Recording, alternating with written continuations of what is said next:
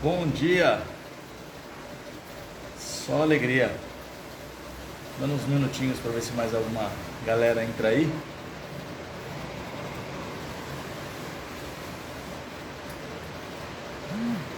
Hoje eu vou falar sobre processos de ingestão de dados para a gente começar a nossa jornada, a nossa trilha em Big Data Analytics, na nossa sequência de lives.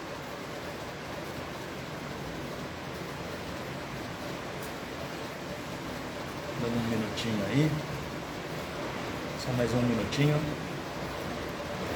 Para quem vai chegando aí, eu vou falar sobre processos de ingestão de dados. Minha ideia é passar pela cadeia inteira, né, desde a ingestão do dado até lá depois que o modelo, usando algoritmos de machine learning, foi treinado.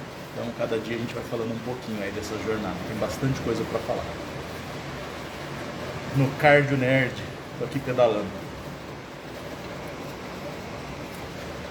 Maravilha, bom dia, bom dia.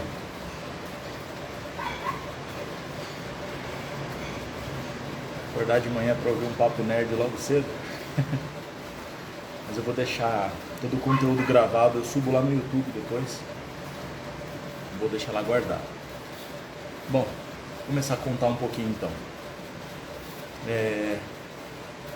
Primeiro, né? Fontes geradoras de dados. Eu tenho trabalhado com muitas empresas no mercado, seja Brasil ou fora, tá?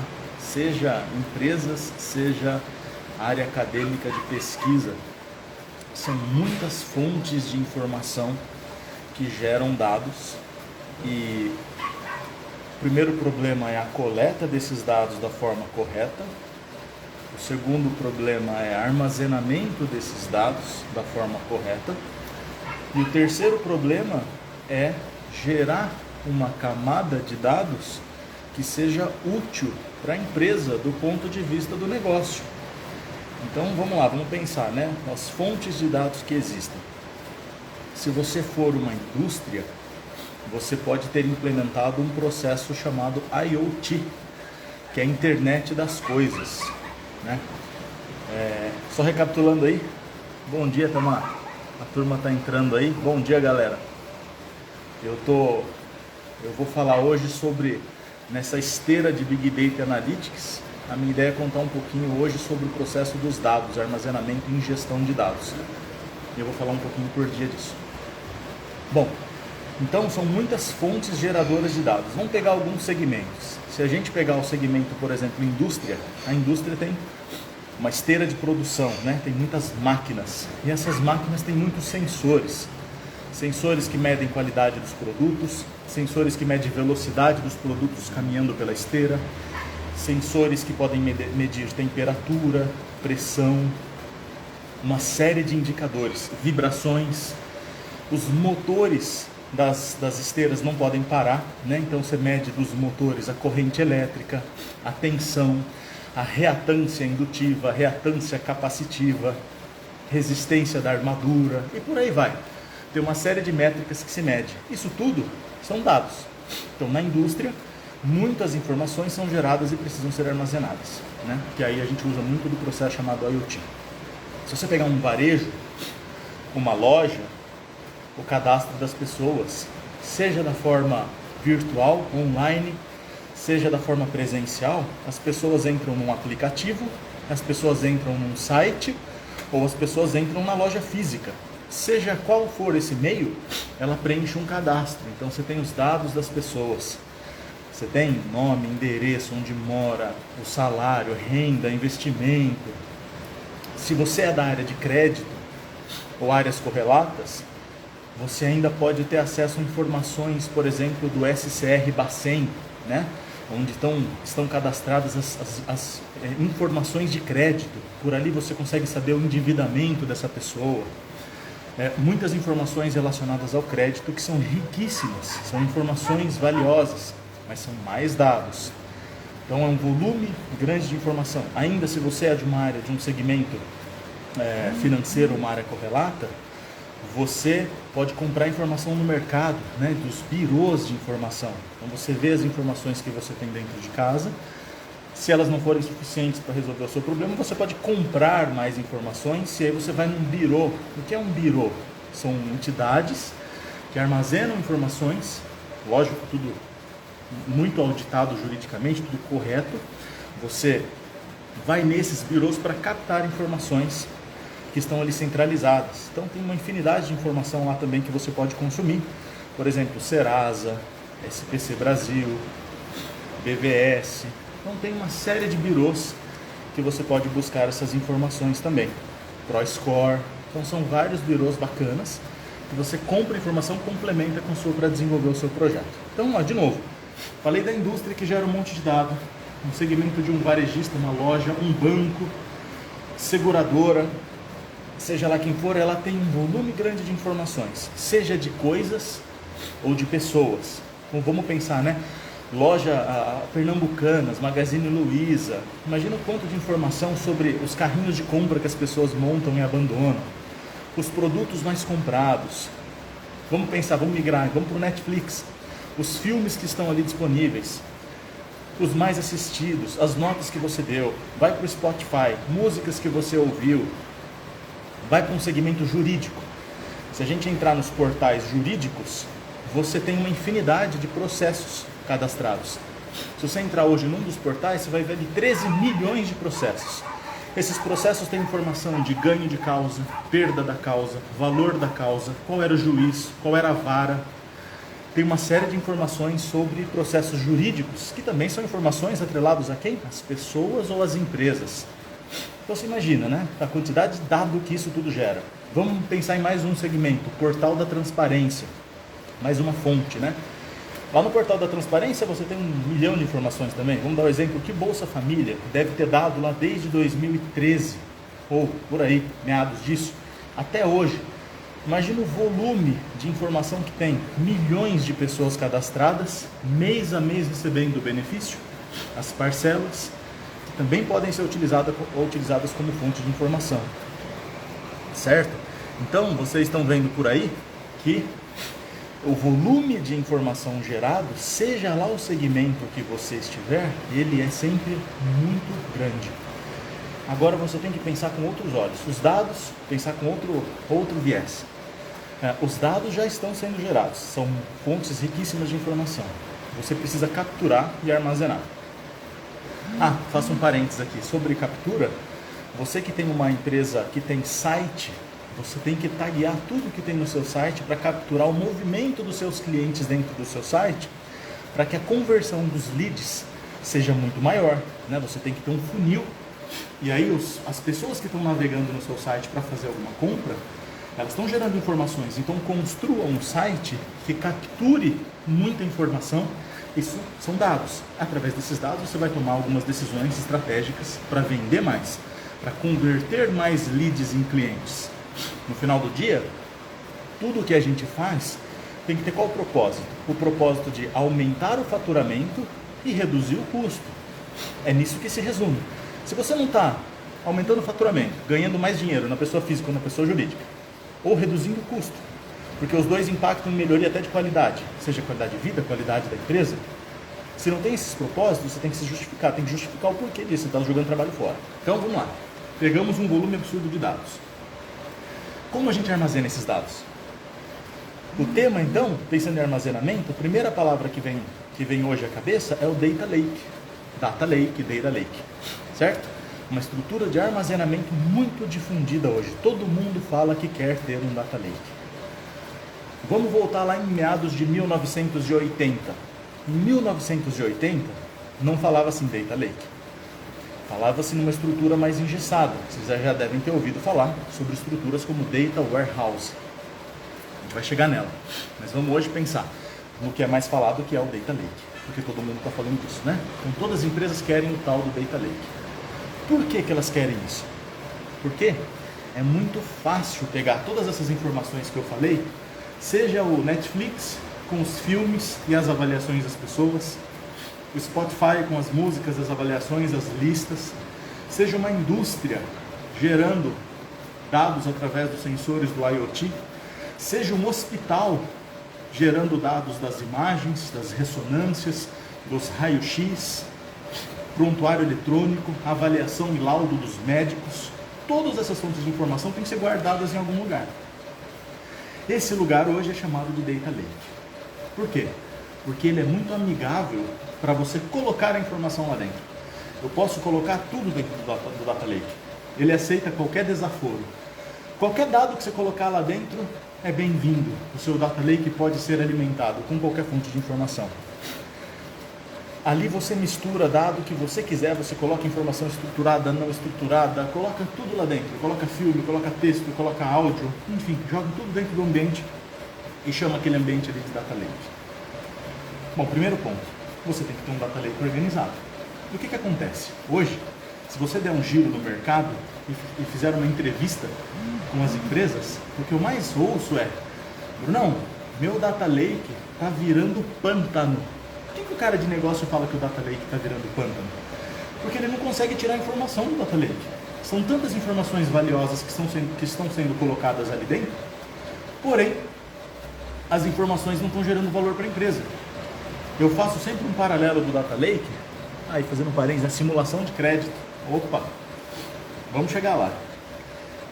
Quando a gente coloca as informações dentro do Data Lake, pensa no Data Lake como sendo o seu guarda-roupa, tá? Imagina o guarda-roupa da sua casa.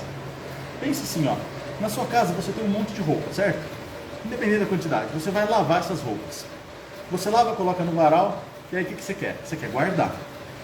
Se você pegar essa roupa, tirar do varal e colocar dentro do guarda-roupa, é muito fácil. É só tirar do varal, puxa do varal e joga para dentro do guarda-roupa. É isso que está todo mundo fazendo com o Data Lake. Estão me ligando? Deixa eu desligar aqui. É isso que estão fazendo com o Data Lake. Pegar a informação do varal e jogar para dentro do guarda-roupa, que é o seu Data Lake. Agora pensa que você quer ir para uma balada, você está ali atrasado, ou uma reunião importante. Você tem que pegar aquela roupa mais bonita, mais impecável, passadinha, para passar uma boa impressão. Você não pode ir tudo amassado, senão vai ser ruim para você, tá? Na hora que você vai pegar aquela roupa, aquela camisa, você vê que ela está toda macetada, ou aquele vestido, tudo amacetado, não dá para você usar. O que você tem que fazer? Passar, certo? O Data Lake é isso. Você vai ter que tirar o dado de dentro do Data Lake e vai ter que passar o dado. Por quê? Porque ele não está tratado, ele não está organizado, ele está bagunçado. Igual sua roupa bagunçada dentro do guarda-roupa. Imagina você amontou tudo dentro do guarda-roupa. O que você poderia fazer? Organizar. Organizar seu guarda-roupa por cor, por tipo, camisa, bermuda, short, vestido de um lado, camiseta para o outro e por aí vai. Fica organizado. Além disso, posso passar, posso separar por cor, o nível de organização que eu quiser. O dado é a mesma coisa. Quando você cria seu Data Lake, não é só criar o Data Lake. Agora você tem que ter a gestão do Data Lake. Então, o Data Lake, que é um ambiente de armazenamento de dados, ele pode ter vários níveis de organização.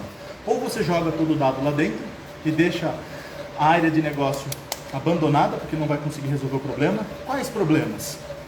Crédito, fraude, vender mais, ajustar melhor sua meta, dar um laudo melhor para uma imagem em um hospital, acertar falha de motor numa indústria, acertar a meta de uma indústria, acertar a ruptura da rede de mercados, hipermercados. Tudo isso, quem responde são os dados. Mas se você faz uma pergunta para o dado, por exemplo, o meu Data Lake, qual que é a meta de venda que tem que ter os meus pontos de venda? Como é que o Data Lake vai te responder através de uma análise estatística se o dado está todo bagunçado? O cientista de dados não consegue trabalhar com o dado todo bagunçado. Ou ele consegue, mas vai demorar um ano inteiro. Não vai dar a resposta na velocidade que você precisa. Aí que entra o papel da engenharia de dados. Começa na engenharia de dados. O que a engenharia de dados vai fazer? Ela vai estruturar esse Data Lake de forma que esse Data Lake tenha uma estrutura para prover informação para o negócio. E não vai virar um pântano. Então toda a informação que foi colocada dentro do Data Lake, ela vai ser então organizada. Primeiro ponto, como é que você estrutura essa informação para que ela seja centralizada e difundida para a empresa como um todo. O primeiro ponto é você não criar Data Lakes isolados para cada área da empresa.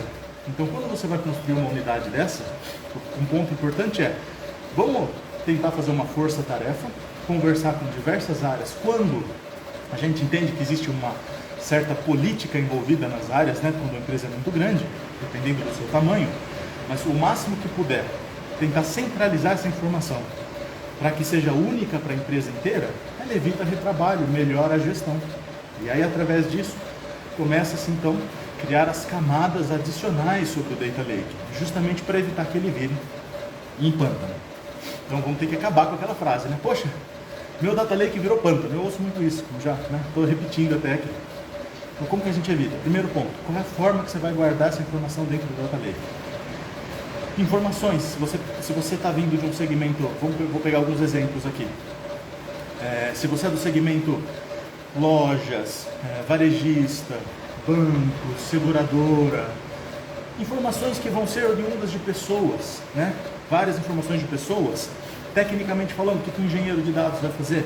Ele vai criar processo de ingestão desses dados, seja do sistema que for para dentro do Data Lake. Primeiro ponto importante, gravar a data que esse dado está sendo ingerido no Data Lake. Eu vi um caso de um cliente gigante que guardava informação fazendo update na data, de forma que depois de 10 anos de histórico, ele só tinha a data mais recente.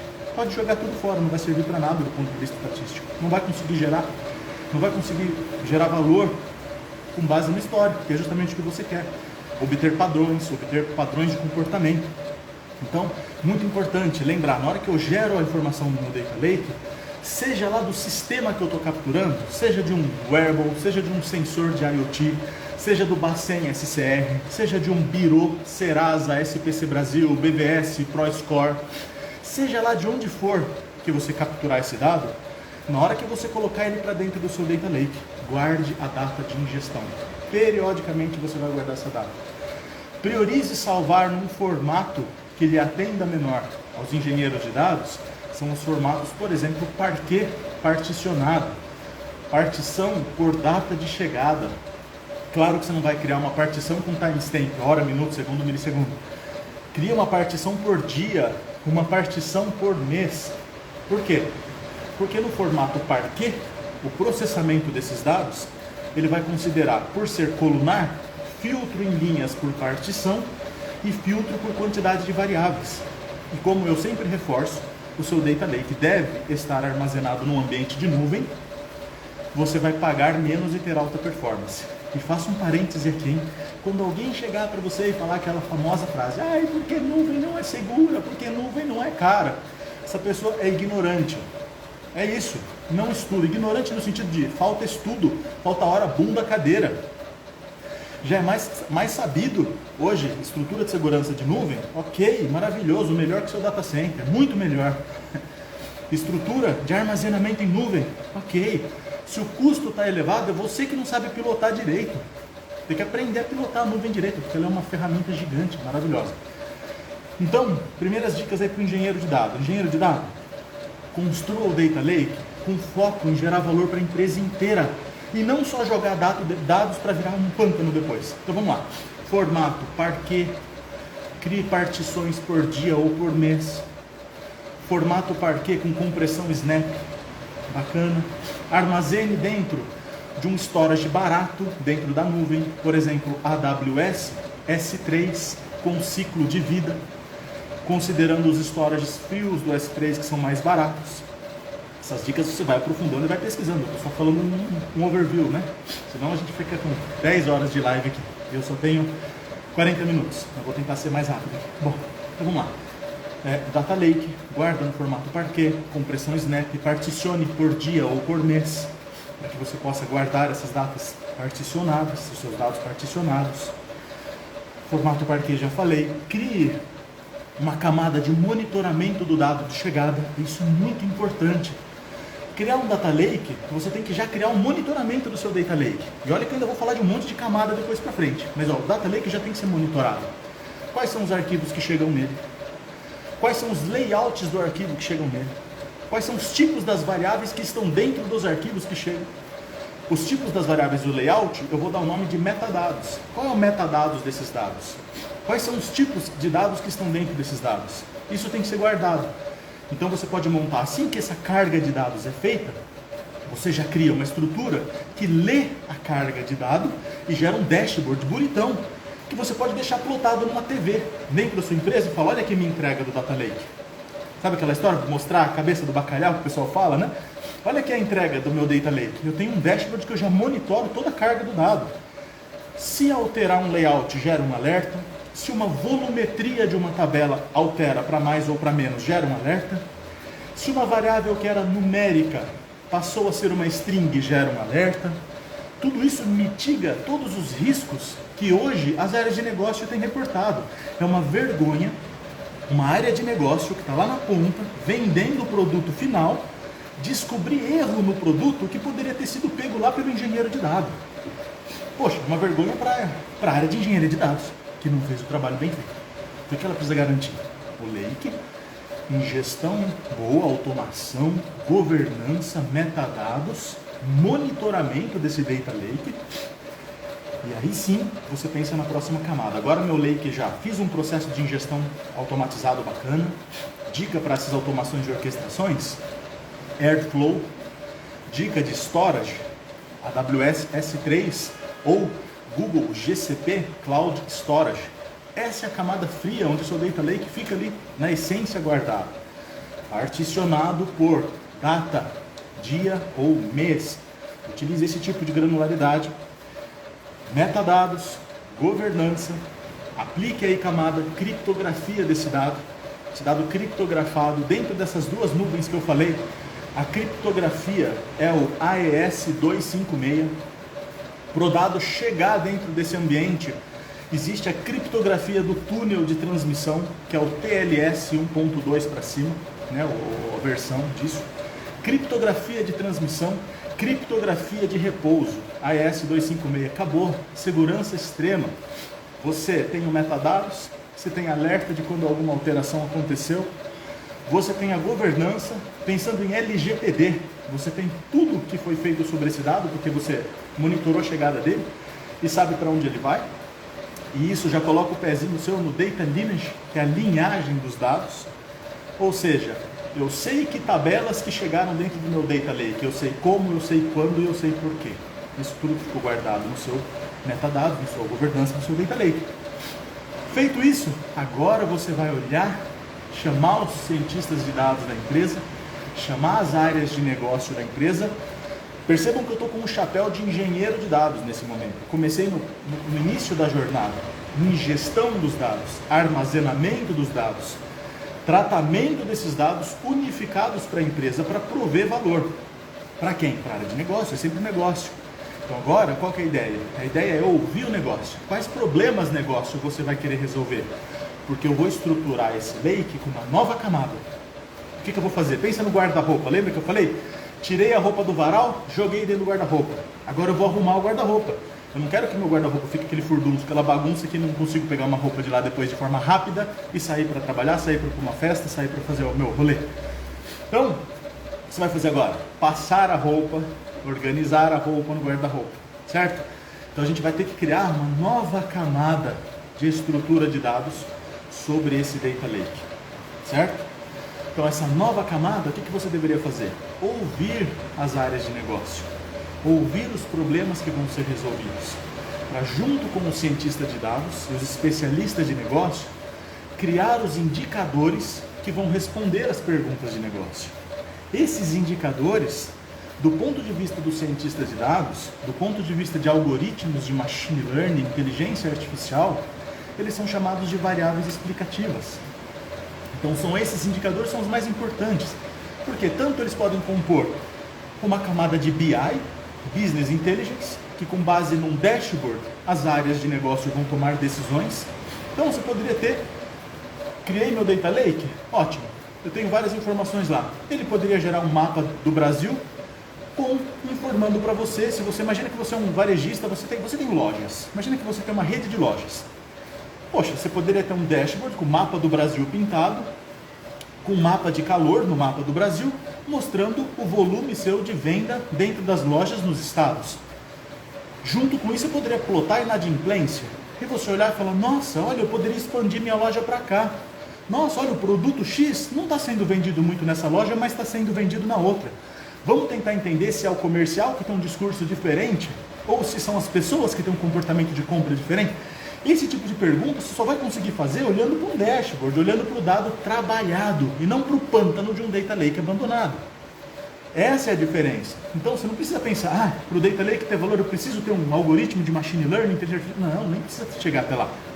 Primeiro, só de você ter esse dado organizado e apresentado por meio de indicadores, já é um puta resultado. Aí você vai para o passo 2 que eu falei. Vamos sentar com a área de negócio e cientistas de dados e entender o que eles precisam. Pega lá, um consórcio num banco, ou sei lá, empresas de consórcio. Eles querem vender consórcio, certo? Mas o que precisa para vender? O que esse público espera? Qual que é o comportamento? Qual que é a inadimplência? Como é que isso funciona? Eu tenho dado para responder isso? Como é que eu calculo um modelo de propensão à compra de consórcio, contratação de consórcio? Será que eu tenho dado para responder isso? Aí o engenheiro de dados que construiu o Data Lake, eu falo, olha, você tem. Pô, eu falo, não, você não tem. Mas eu sei que se você comprar da Serasa, ou do ProScore, ou do SPC Brasil, ou do X, ou se passarmos a capturar do portal da transparência, do IBGE, ou do Bolsa Família, isso complementa o que a gente quer responder, eu vou fazer ingestão para o Data Lake e vou criar um indicador para você. Então percebe que esse multidisciplinaridade, essa squad de profissionais, responde a pergunta que está no estruturado, aí você alimenta seu Data Lake, seu metadado, seu layout, sua governança, sua segurança.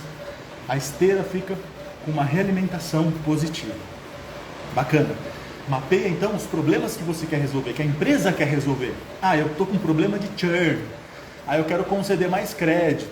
Ah não, eu sou um hospital e o médico está com problema nos laudos. Ele quer ter laudos com mais automação.